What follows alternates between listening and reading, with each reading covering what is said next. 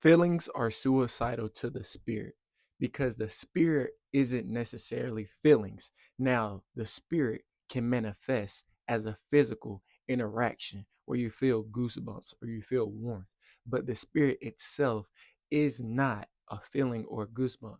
See, a lot of people, they get in this season and they're like, I don't feel God. Well, God's not just a feeling, He's a person.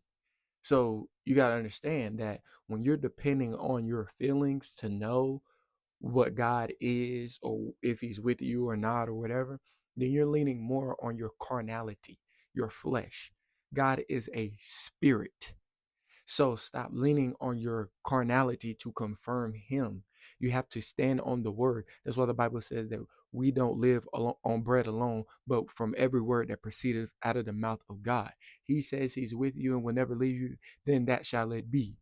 He said he lives inside of you, then that is what it is. You don't have to feel that to know.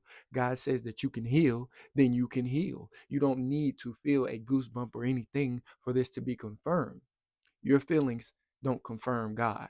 God confirms what he says through your feelings, sometimes if he decides to. The Bible says that the spirit and the flesh war against each other. So you're always going to have this aspect of you that's always going against what God says. And it's up to you because you're not the body to put that in check and to live in the mind of Christ because that's the mind that you have.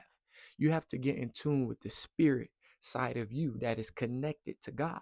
See, the soul is your mind, will, and emotions. The spirit is the connectivity to God based on his word. His word in you, the word become flesh. You gotta understand that. God communicates through inspiration and impressions and idea, things like that.